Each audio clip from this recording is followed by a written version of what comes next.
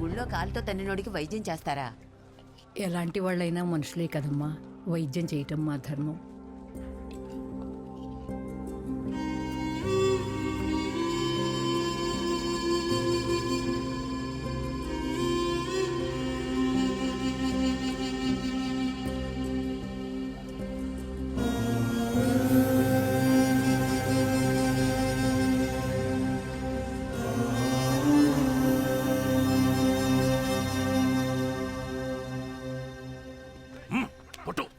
ఓబులు ఊరు వదిలి పారిపోయాడంట.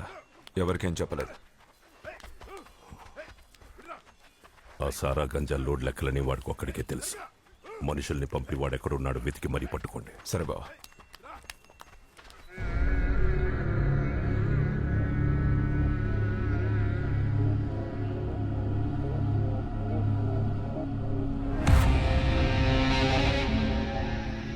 మీ వెనక నేనున్నానంటే నాకు అవసరమైనప్పుడు మీరు నా వెనకుంటారని.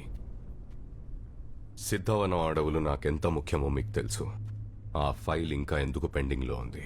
జగదల్పూర్ అడవుల్లో ఏం జరిగిందో అందరికీ తెలుసు. ఆచార్యదడం మీ వాళ్ళని ఏం చేశారో అప్పుడే మర్చిపోయారా?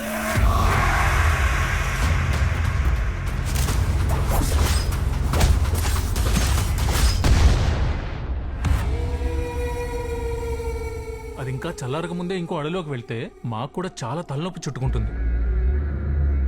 ఇవన్నీ మానేసి వేరే వ్యాపారం చేసుకోవచ్చు కదా.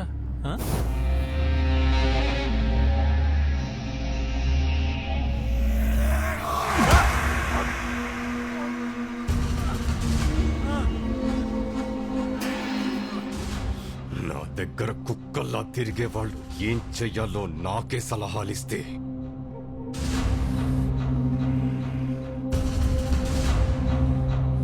ఆచార్య. వారం నుంచి ఉమాదేవి సంగీతం నేర్చుకోవటానికి రావట్లేదు. బడికి పోయి ఏదో 4 మొక్కలు నేర్చుకుంటే చాలు. ఈ సంగీతాలు అవి ఎందుకని మేమే వద్దనుకున్నామండి. అలా అనకండి. సంగీతం అంటే తనకి ప్రాణం. సాధన చేస్తే చాలా పై స్థాయికి వెళ్తుందని నా నమ్మకం. ఖర్చవుతుందని మీరేమీ ఆలోచించకుండా రేపటి నుంచి పంపించండి. అన్నీ నేను చూసుకుంటాను. అలాగేనండి. రేపటి నుంచి ఉదయాన్నే వచ్చేయాలి ఉమాదేవి. అలాగే నీలాంబరి టీచర్. సరే, ఉంటాను.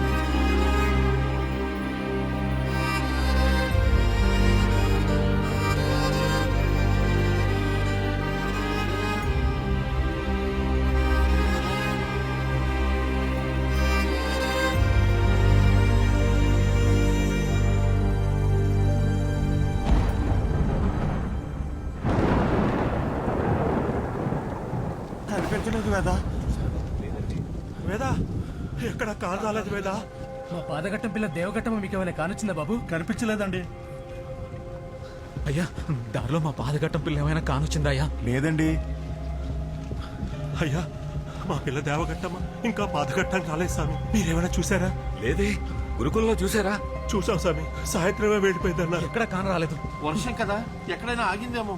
ఎంత ఇబ్బంది అయినా సమయానికి వచ్చి మా వనదేవతకి దీపం వెలిగించి తనే మంత్రం చదువుద్ది స్వామి. సరిగ్గా వర్షం కురుస్తున్న రాత్రి ఏం దొరికిందన్న గుంట.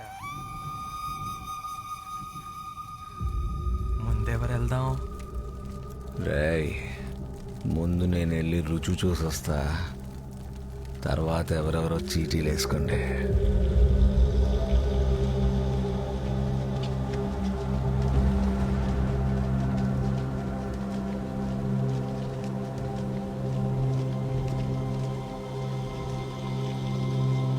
అమ్మా గట్టమ్మా, దానికి నీ పేరే పెట్టుకుంటే ఆ అమ్మ కాన రాకపోతే పాదగట్ట కుడుకు తీయదు.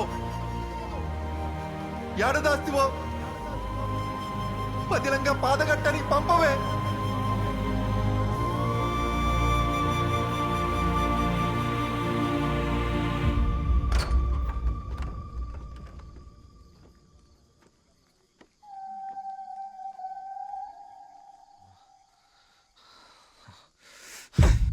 రేయ్, అది ఇక్కడ లేదురా, తప్పించిపోయింది. వెళ్ళెత్తుకోండి. రేయ్, వెతకండి రా. అన్నా, ఇక్కడ ఎక్కడా లేదన్నా. రేయ్, మీరు ఇద్దరు అడ్డాలండి. రేయ్, నువ్వురా.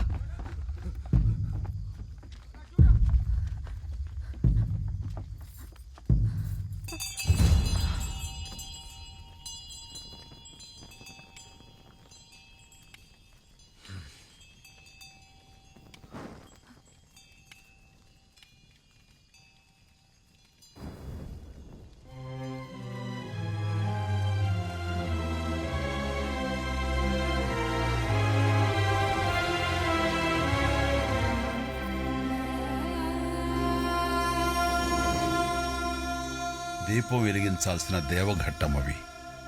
దీపం ఆర్పకూడదమ్మా.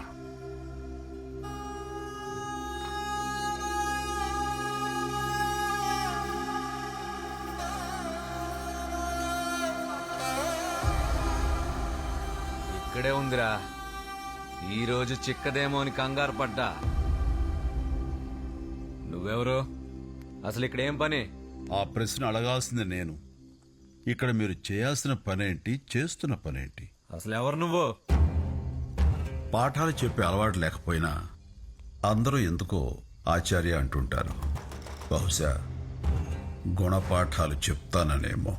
ఇక్కడేం చూడనట్టు వెళ్ళిపోతావా? మా చేతుల్లో అయిపోతావా? మనం వెళ్ళటానికి ఇంకా సమయం పడుతుందమ్మా. ఇప్పటికే నీకు ఆలస్యమైంది. పాదఘట్టంలో పూజ చేసి దీపం వెలిగిస్తుంటావంట కదా, అలా కూర్చుని ఆ దేవతను పూజించుకుంటావా? నీకేం భయం లేదు. వెళ్ళమ్మా. దాని నోట్లోంచి అరుపులు వినబడాలి గాని పూజలు చెప్పాలేంట్రా? వెళ్ళి దాన్ని లాక్కురండి. సిద్ధ గురుకుల మహావిద్యాలయం. ఇక్కడ చదువుకున్న సిద్ధ గురించి నాకంటే మీ అందరికీ బాగా తెలుసుంటారు.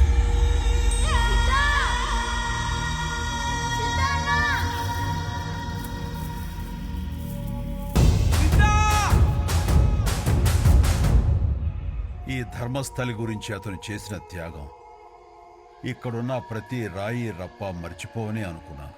కానీ అందరూ అన్నీ మర్చిపోయి రాతిలా మారిపోయారు. ఇవన్నీ చూస్తూ కూడా మీరు కొలిచే ఘట్టమ్మ ఎందుకు ఊరుకుండిపోయిందో నాకు తెలియదు గాని నేను మాత్రం ప్రతి రాయిని తడుతూనే ఉంటా, మారకపోతే తంతూనే ఉంటా. రామా.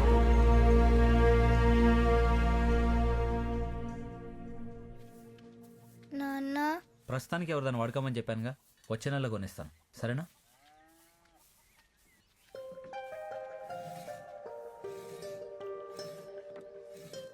మా ఉమాదేవి ఎప్పుడూ నవ్వుతూ ఉంటుంది కదా, ఈవేళ ఏమైంది? ఒక ఫ్లూట్ కొనిమ్మని అడుగుతున్నాను నాన్నని. ప్రతిసారి తర్వాత అంటున్నాడు. మా ఫ్రెండ్స్ అందరికీ ఉంది, నాకే.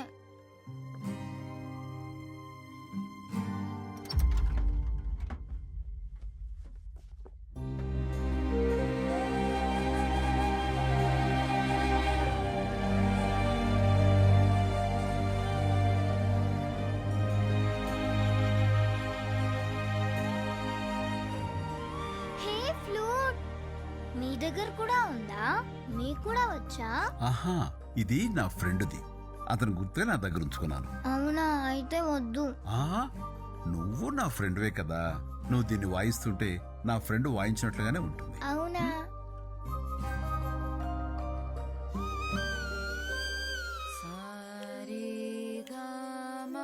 నీలాంబర్ పెళ్లి గురించి ఏమైనా ఆలోచించేదుందా? మీరే గట్టిగా మాట్లాడి ఓ నిర్ణయం తీసుకోకపోతే అది అలాగే జీవితాంతం ఎదురు చూస్తూ ఉంటుంది. ఉమా, అలా కాదమ్మా, ఇలా చూడు.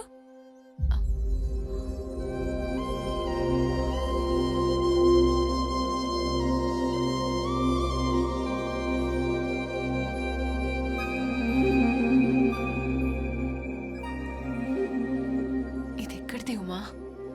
ఎవరిచ్చారు నీకు? పక్కింటి ఫ్రెండ్ ఇచ్చారు.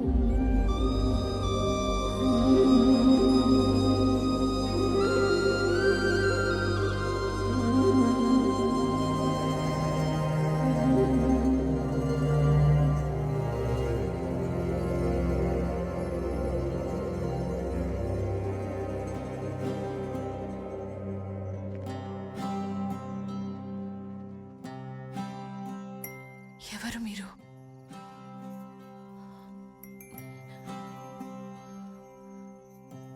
ఇది ఎక్కడిది మీకు?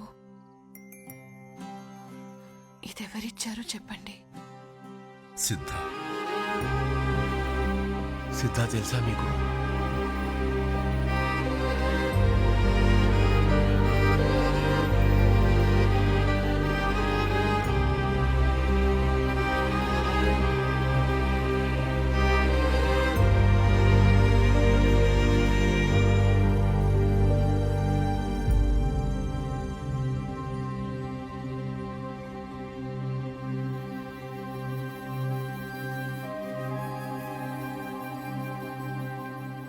ఈ ధర్మస్థలిలో ధర్మం అణువణువున వ్యాపించుంటుందని సిద్ధ చెప్తుండేవాడు.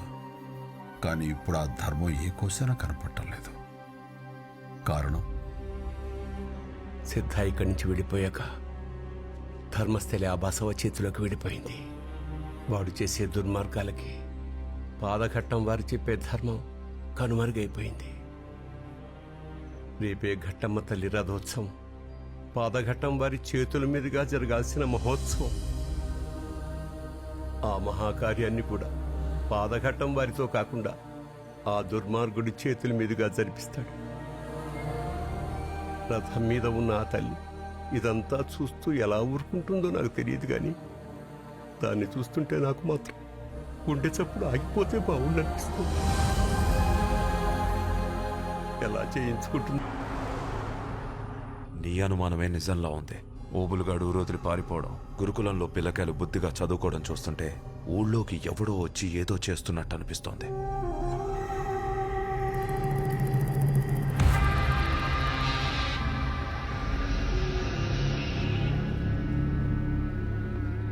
రాథోడ్ సార్, మీరా? రండి రండి. ధర్మస్థలిని నీ చేతుల్లోకి తీసుకున్నావు, కానీ ధర్మస్థలిలో చిన్న చిన్న తప్పులు చేస్తూ చిల్లర దోచుకుంటున్నావు బసవా. నువ్వంటే ఈ ప్రాంతంలో అందరికీ భయం ఉంది, కానీ నువ్వు రాజకీయంగా ఇంకా పైకి రావాలంటే ఇది సరిపోదు బసవా.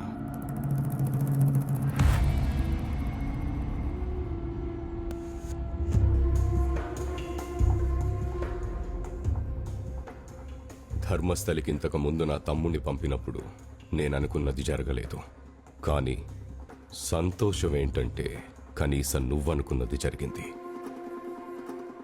ఇప్పుడు నీ ద్వారా నాకు కావాల్సింది కూడా జరగాలి. దూరంగా కనిపిస్తున్న ఆ సిద్ధవనం అడవి నాకు కావాలి. వేరే అడవుల్లో ఉండే ఆదివాసీల్ని తొక్కేసి మరీ ఆక్రమించుకున్నాను, కానీ ఈ అడవిలో ఉండే పాదఘట్టం వాళ్ళని చుట్టుపక్క జనాలు దేవుళ్లలాగా కొలుస్తారు. వాళ్ళనంత తేలిగ్గా ఏమీ చేయలేను. వాళ్లతోనే ఏదో ఒక తప్పు చేయించి ఇక్కడి జనంతోనే కొట్టించి పంపించాలి.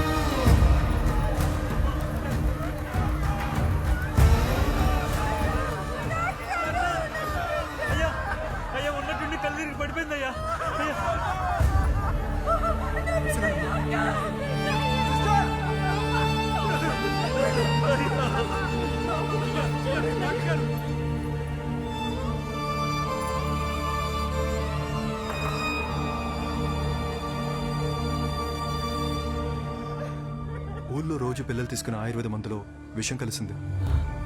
24 గంటలు దాటితే గాని మిగిలిన పిల్లలు క్షేమంగా బయటపడతారో లేదో చెప్పలేం. కానీ అంత అనుభవం ఉన్న పాదఘట్టం ఇలాంటి తప్పు మంది ఇవ్వటం ఆశ్చర్యంగా ఉంది. తెలియక చేసిన పొరపాటు కాదు ఇది. అన్నీ తెలిసే చేశారా? పాదఘట్టం వాళ్ళు పసిపిల్లలకి ఇలా చేస్తారా? అభం శుభం తెలియని పశువుల జోలికి వచ్చారంటే రాను రాను ఇంకెలాంటి పనులు చేస్తారో ఎందరో